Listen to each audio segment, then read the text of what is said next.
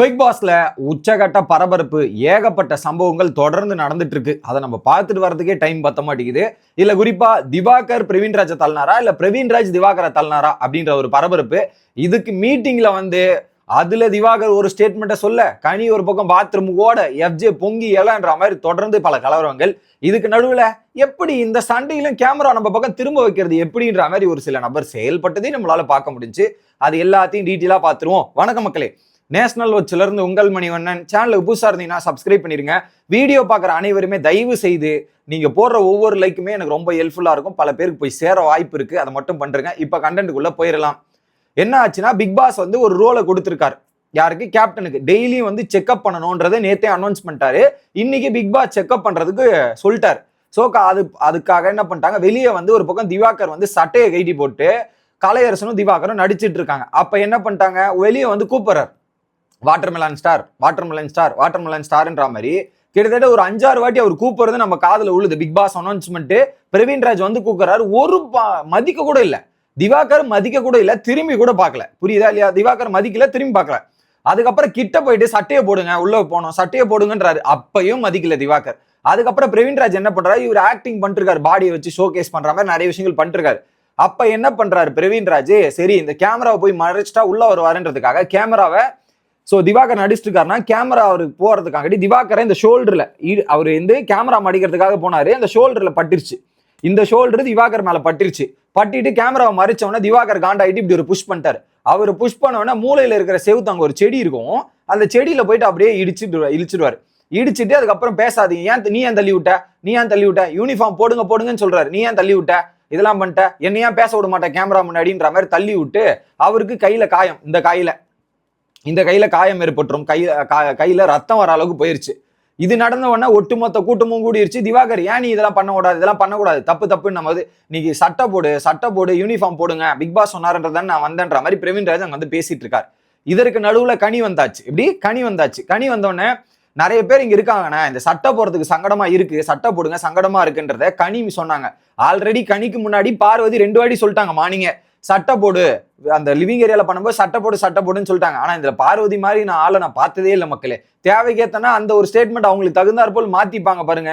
Worst சட்டை போடுங்கன்ற மாதிரி கனி சொல்லிட்டாங்க. சட்டை போடாம இருக்கிறது நல்லா இல்லைன்ற போது, இல்ல என்னோட ஆக்டிவ் பர்ஃபார்மன்ஸை நான் பண்ணிட்டு இருக்கேன், இதை தள்ளி போக சொல்றதுக்குலாம் இது சட்டை போட்டு இது பண்ணணும்ன்ற அவசியம் எல்லாம் கிடையாது, ஓரமா போய் தான் நான் பண்றேன், ஒன் சைடா நீங்க பேசாதீங்க கனி அக்கா அப்படின்ற மாதிரி சொல்றாரு. உடனே ஜட்டி போட்டு ஆக்ட் பண்ணா அதை எதாவது பார்க்க முடியுமா, அதை பண்ண முடியுமா, நல்லா இருக்காதுல்ல அப்படின்னும் போது அதை பண்ண மாட்டாங்க தானே. ஆமா கரெக்ட்.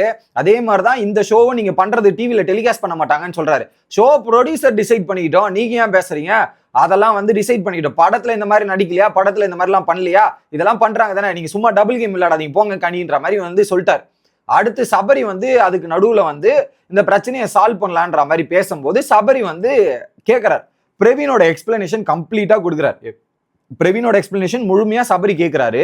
சபரி கேட்டுட்டு இந்த பக்கம் வரும்போது பிரவீன் ஒருத்தர் சொல்றாரு, காலைல யாரோ என்கிட்ட சொன்னாங்க போது பார்வதி சொல்லியிருப்பாங்க, அவர் ரம்யா பேர் சொல்லிருப்பாரு, பார்வதி தான் ட்ரெஸ் போடுங்க இதெல்லாம் பண்ணுங்கன்ற மாதிரி பார்வதி சொல்லியிருப்பாங்க. சோ அதை இங்க சொல்றதுக்கு நியமம் மறந்துட்டு வேற ஏதோ பேர் ரம்யா பேர் சொல்லிட்டாரு, பாத்தியா போய் சொல்றாருன்ற மாதிரி ஆயிப்போச்சு. அதுக்கு நடுவுல பிக் பாஸ் என்ன சொல்லிட்டாரு, ஏன் இவ்வளவு நேரம் லேட் ஆகுது பிரவீன், சீக்கிரமா வாங்கன்ற மாதிரி பிக் பாஸ் கூப்பிட்டோன்னே எல்லாரும் அந்த சண்டே அப்படியே விட்டு உள்ள போயாச்சு. உள்ள போயிட்டு தீவிரமான செக்அப் பண்ணும்போது பிக் பாஸ் சட்டை கைட்டு கூடாது, சட்டை பட்டனை கூட ஒழுங்கா போடணுன்ற மாதிரி ஆர்டர். அதுல பார்வதி சட்டை கைட்டி விடுறது என்ன, இது போறது என்னன்ற மாதிரி அந்த பிக் பாஸோட ரூல்ஸே ஃபாலோ பண்ணாத மாதிரி ஸ்டாண்டர்டைஸ் அட்டேஷன் அந்த செக்கிங்கை கூட கோஆபரேட் பண்ணல பார்வதி. பட்டன் போடாம திருத்துறது, தெனாவட்டா சுத்துவாங்கல்ல, அந்த தெனாவட்டா அவங்க பிஹேவ் பண்றாங்க அந்த இடத்துல. ரூல்னா எல்லாருக்கும் ரூல் தான், அதுன்னா இவங்க மத்த எதுவும் பண்ணாம சட்டை கைட்டாம சட்டைய டை பண்ணி வயிற்றுல டை பண்ணி வைக்கிறது, இந்த மாதிரி நிறைய ஆக்டிவிட்டிஸும் அங்க அதை பேசி ஒரு கன்க்ளூஷன் கன்க்ளூஷன் ஆனதுக்கு அப்புறம் கமருதீன் ஓப்பன் பண்றாங்க அந்த டாபிக்கை. ஸோ தள்ளி விட்டு ரத்தம் வருது, இது என்ன, அவரும் பவரா தானே இருக்காரு, என்ன பிசிக்கல் வயலன்ஸ் சொன்னீங்களே, அவர் பண்றது என்ன நியாயம்ன்ற மாதிரி சபரி கிட்ட கேட்கறான். நீங்க ப்ரோமோல பாத்தீங்களா அந்த செக்மெண்ட் தான். ஓகே, திரும்ப என்ன பண்றாரு திவாகர், அதே ஒரு நடந்த சீனை திரும்பவும் பண்ணி காட்டுறாரு. ஸோ பிரவீன்ராஜ் இது தேவையா, அப்போ உடனே கத்துறாங்க, ஆனா இப்பெல்லாம் பண்ணாதீங்க, இதெல்லாம் தப்புன்ற மாதிரி சொல்லிட்டு அங்க ஒரு டிஸ்கஷன் போயிட்டு இருக்கு. உடனே கனி உள்ள வராங்க. உள்ள வந்தோடனே என்ன சொல்றாங்கன்னா, நான் என்னோட கருத்தை நான் சொல்றேன் கேளுங்க அப்படின்ற மாதிரி. ஆனா நீங்க போட்டிருக்க ட்ரெஸ் வந்து எங்களுக்கு சங்கடகரமா இருந்தது, அதை தான் நான் சொன்னேன், அதை நீங்க புரிஞ்சுங்க, அது அநாகரிகமா இருந்தது, நாகரிகமா இல்ல, சரியில்லைன்ற மாதிரி கனியோட கருத்தை தெரிவிக்கிறாங்க. ஓகே, அப்ப வந்து திவாகர் என்ன பண்ணிட்டாங்க, போய் நீங்க எஃப்ஜேவை கட்டி பிடிக்கிறீங்களே, அது கூட தான் எனக்கு பாக்குறதுக்கு அநாகரிகமா இருக்க முடியுது, அதை நான் சொல்ல முடியுமா, அதை நான் சொல்ல முடியுமா அப்படின்ற மாதிரி கேட்கிறாரு. சோ கனியும் எஃப்ஜேவும் கட்டி போடுறாங்க, அவங்களுக்குள்ள ஒரு நல்ல இது ரிலேஷன்ஷிப் இருக்குல்ல, நானும் சொல்லியிருக்கேன்ல, அதை வந்து அவங்க கட்டி பிடிக்கிறது அநாகரிகமா இல்லையா அப்படின்ற மாதிரி ஒரு பக்கம் இவரு கேட்கிறாரு.